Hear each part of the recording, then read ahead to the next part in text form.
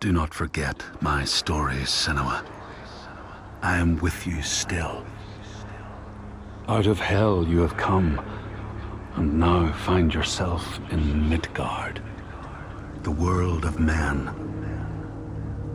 Do not think it any less dangerous for that. Your path has taken you far from home, across the boundless sea, and you must go on to the heart of this place, to the heart of man. You have seen how the Northmen journey out to conquer, and this is one of their lands, as icy dark as Niflheim, yet as fiery as Muspel. It has not long been claimed, and they try still to tame it.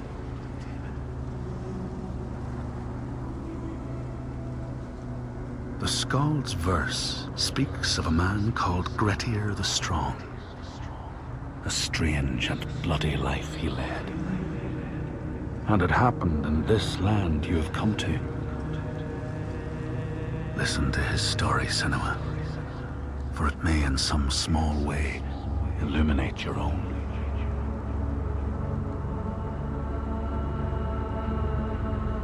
The Skalds say that in Grettir's time, a nearby farm was plagued by hauntings.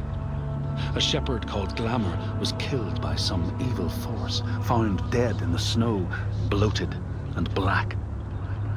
His body could not be taken to burial, because he was held fast to the ground. So it was left. 3 days after his death, the body was missing.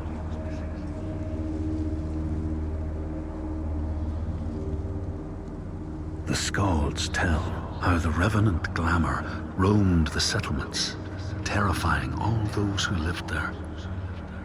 Each one he killed, in turn, rose to walk beside him. Thus, evil begets evil.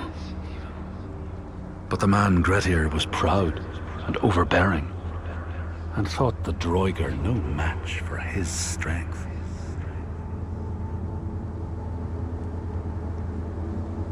The Skalds say that Grettir fought and killed the Droiger Glamour, but not before Glamour had cursed him. His strength would be turned against him, his deeds bring death and exile, and he would be always before Grettir's eyes, making him afraid to be alone. He saw all sorts of phantoms wherever he looked, and thus people who see things that aren't there are said to have Glamour's eyes.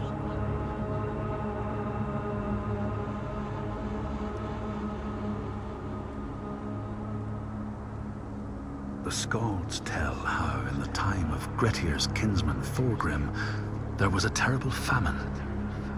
No crops could be grown, and the fish fled the nets. It lasted years, and the people were desperate. There was no respite even in spring, since terrible gales from the north would rise up and set in for weeks. This is a cold and unforgiving land, Senua.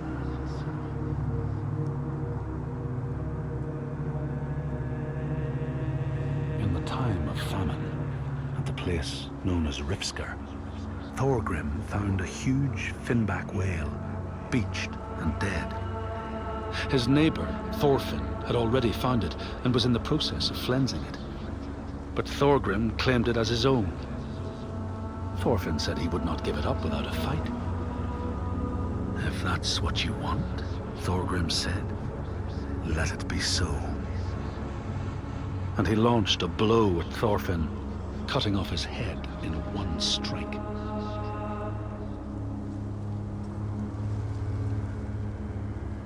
The Skalds say that the neighbors fought, armed only with the knives and axes they had brought to cut up the whale, even picking out the whale ribs to beat down their enemies.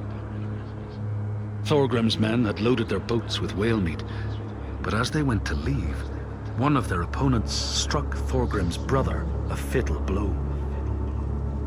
And this is how hunger fates desperate men to come to blows, striking out against one another to survive.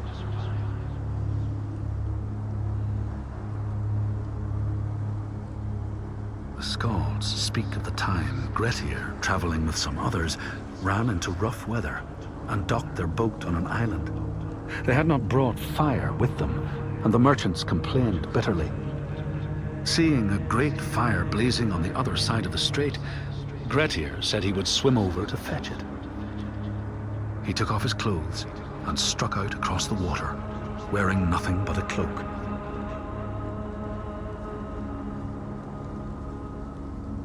When Grettir came to the farm where the fire was burning, all was peaceful. By the time he reached them, his cloak was frozen stiff, and he looked like nothing more than some huge troll. The frightened farmhands struck out at him with the first things to hand, the burning logs from the fire. Grettir fought them off and got the fire he sought. But the sparks from the logs spread fire all over the house, and nobody survived the blaze.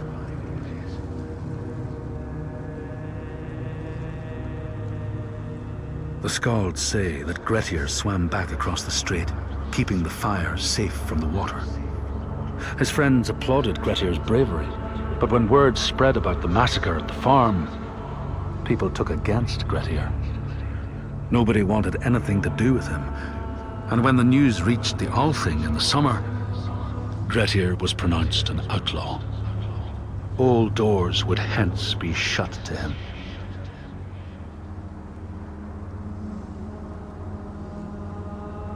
The Skalds speak of how Grettir, now an outlaw, took rest on the island of Haramsoy with a man called Audun. Grettir saw a great yellow glow like a fire rising from the ground. Audun told him it was coming from the burial mound of Kar the Old, who ever since he died had haunted the island, and warned him to stay away.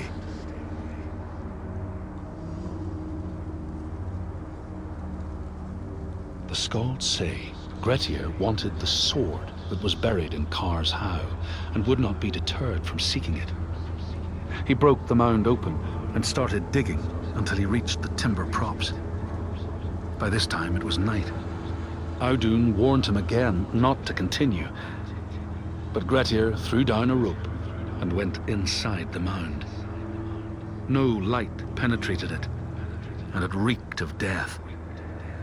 But he persisted in exploring.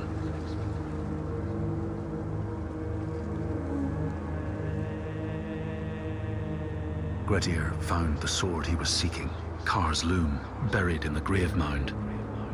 He went to leave, but before he could reach the rope, something grabbed him from behind, and Grettir realized the mound dweller would not let his treasure go. The two fought ferociously until Grettir got the advantage and chopped off the revenant's head. But Kar's loom would prove his undoing, fated to be the sword that killed him.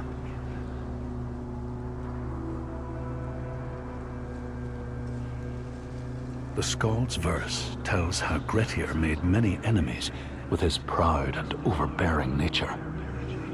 Always quick to anger, his strength and fighting prowess meant that even the most trivial of quarrels met a fatal end.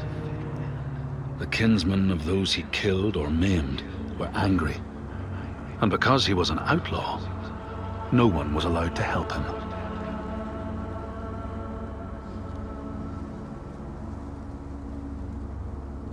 The outlaw Grettir fled to the island of Drangi. His enemies knew he was there, but he was still so strong and fierce, nobody could shift him. Thorbjorn, first among his foe, sent his foster mother to see Grettir. She was a Seithkona and very wily. She enchanted a tree branch and sent it to wash up on Drangi. Grettir tried to cut it up for firewood, but his axe flew back and struck him in the leg. The wound blackened and festered, and Grettir feared his time was close.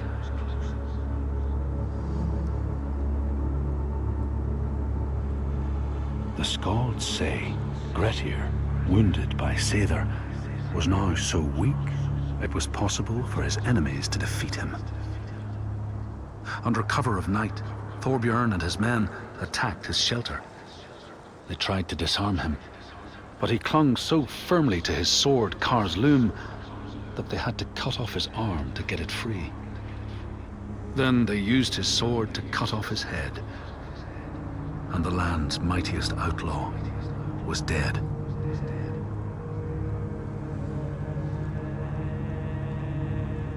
As the Droigar glamour had predicted, all Grettir's brave and fine deeds brought him misery. So fate makes prisoners of us all. But it was Grettir's nature that made him fight the Droigar, and Grettir's nature that led to blood feud and exile. So what is truly our prison, Senua? Is our path ordained, and we powerless to change it? Or do we blame uncertain powers for what we ourselves ordain?